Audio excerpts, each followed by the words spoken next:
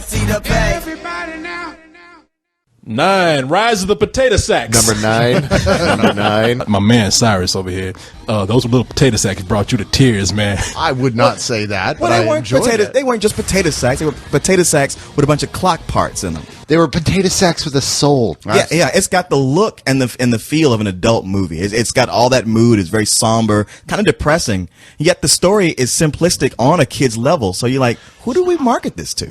But it is scary. It's got some really crazy creatures. It exists in a universe all its own. It's something unlike we've ever seen before, but at the same time also feels very familiar. Well, let's face it. This is Terminator in an alternative world. I mean, because what this is it is the rise of the machines. I'm sorry. Just when I watched this, I never thought Terminator. It's the Terminator for crafties. I was expecting Schwarzenegger to show up talking about, come with me if you want to live, you toys. I just see that so much that I don't even associate that solely with Terminator. You were probably asleep at that part. That's all right. The reason why I compared it to Terminator, because that is our latest association, especially when you have machines that sort of become self-aware, wage war on mankind, and create an apocalypse. Except here that we don't go back in time.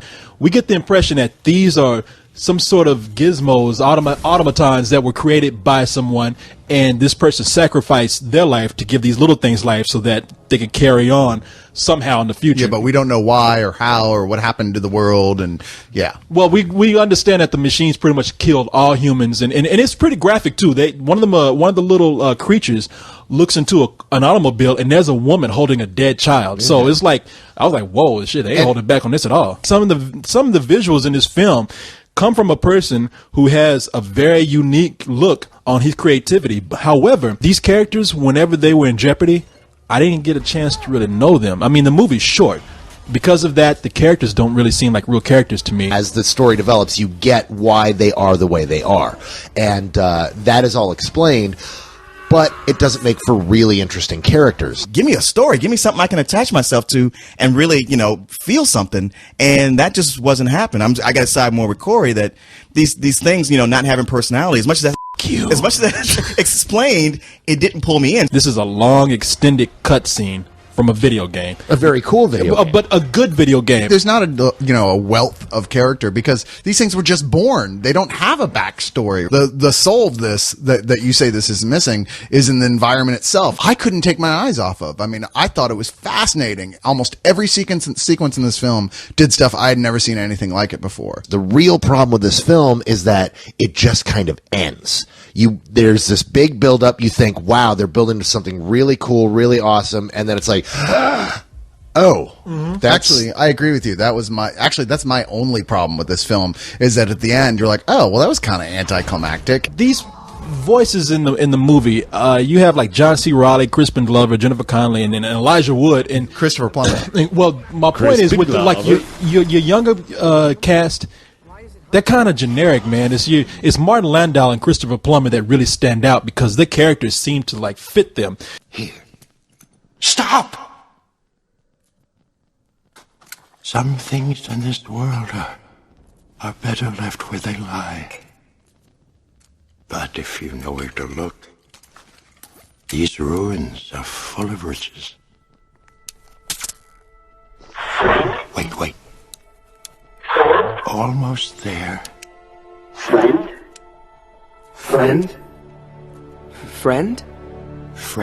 John C. Reilly did exactly what he needed to do. The one that was really stuck out for me, why did you pay that much to hire Jennifer Connelly when Jennifer Connelly has a very vanilla, non-recognizable voice? Yeah, I had no idea it was her. You've come back!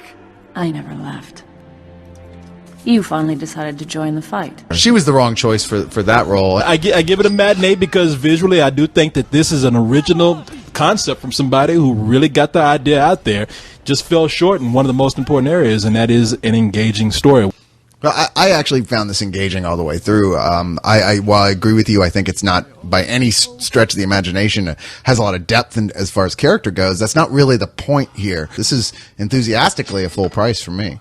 Ooh, enthusiastically. Who's next? Beautiful movie. Didn't engage me. Kind of makes me go with a very high rental. And I got to go with my man Corey. This is a matinee. I really liked it. I liked it. It feel like I like it as much as you, but that ending. Stop gloating, Corey. that ending really dropped it down a peg for me. Now, here's a weird thing about the movie for me. Now, the scientist in the film, you get the feeling that he created these little creatures, these little toys, to carry on life after the humans have gone. But how you going to carry on life when you don't have any penises or vaginas to do that with? I mean, they're all smooth down there. And it's not like they're not into each other. There's even like some attraction between a Jennifer Connelly doll Elijah and Wood. Elijah Wood. No, It's there's like, not. I didn't see that either. Man, he was trying to Yeah, back on there's her. a little bit there. Yeah, he sat next to her and be like, he had kind of a, hey, baby, look, come He on. reads sex into everything. now, hold I swear on. to God. Just like, what's he going to do? Just bump up against each other? They Friction. That was one thing the professor didn't think of. Exactly. He said, Oh dear.